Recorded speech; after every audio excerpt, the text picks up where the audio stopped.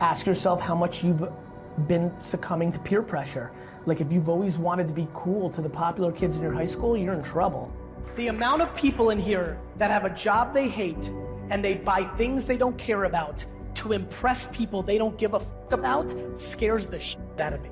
Most people spend money on dumb things, which then forces them to do things they don't want.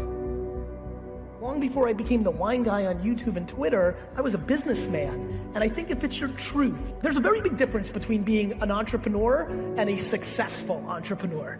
I can say that I'm a football player. Doesn't mean I'm gonna get paid to do it.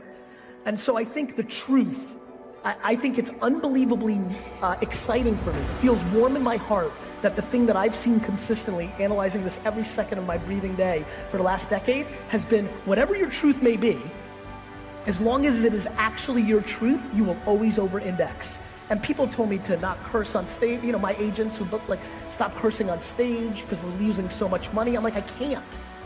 I have to be me, and wherever the chips fall. And I think for everybody, A, it's fun because it's easier, and B, audiences are smart, to your point. You can smell when that person wants to put their agenda through. And so I think the truth, which is a very exciting answer to this question, the truth is undefeated.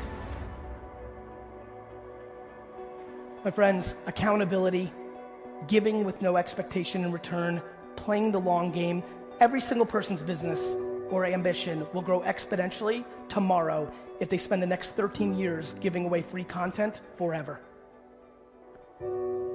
Seems super non-natural. When do you monetize? How do you do this? The person that holds the breath the longest wins. Being efficient, executing, shooting for those big goals is predicated on your actions. Do you take an extra long lunch from jury duty to say, you know what, cool, I'm gonna chill and watch YouTube videos? Or do you hustle your face off and try to cram as much in? So many of you that actually want this, have the skills to do this, right? And sometimes once in a while, just need to see a different version of it to understand, right? To me, this is an video, right? Did you mail it in? Did you mail in that 15-minute call got canceled? You had a packed day, 15-hour day.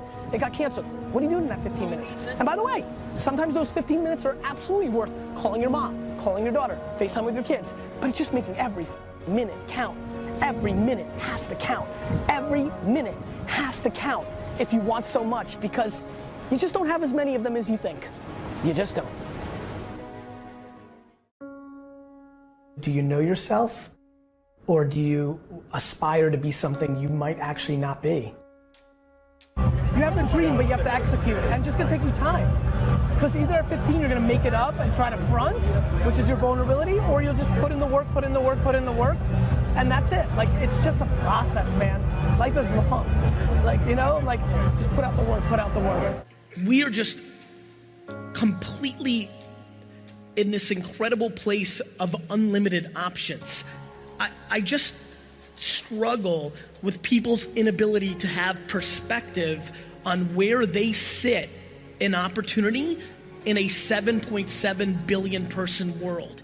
The quickest and easiest way to get to do what you want while paying your bills is to start sacrificing leisure and other things and start focusing on monetizing the thing that you want to do in the future.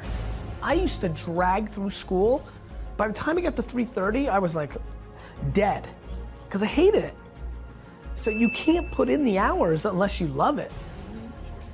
That's why I believe loving it leads to the most success, because I think somebody else loves what you don't love that you're doing for money, thus they'll be more successful because they're gonna do it for 19 hours. Now there's talent. Yes. You may not love singing and you open up your mouth and you sound like Whitney Houston, that's real.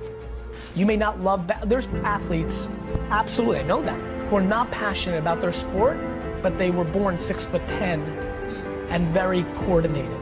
So it happens, but I think that's the rarity. I am remarkably stunned by the lack of accountability in our society. everything wrong at VaynerMedia, anything that ever happens, any piece of content, anything that ever happens in my life, 100% is my fault. And let me tell you what happens with accountability. You get real happy. When you feel that there's no other source controlling your shit, all of a sudden it gets happy. Your ego and your insecurity doesn't want to take the L. You don't want to admit that you've done. Because for some reason, so many of you are living your lives based on other people's opinions. And that is crippling. The way to really eliminate fear is by not giving a about anybody's opinion. My losses are mine. I'll deal with them myself. I don't need your 2 cents. You're losing plenty on your own. Patience and inner voice makes you unbeatable. Your rank amongst the 7.7 billion people in the world when it comes to opportunity is ridiculous. To have a special life, you have to do special things. And that usually means putting in the work and loving it.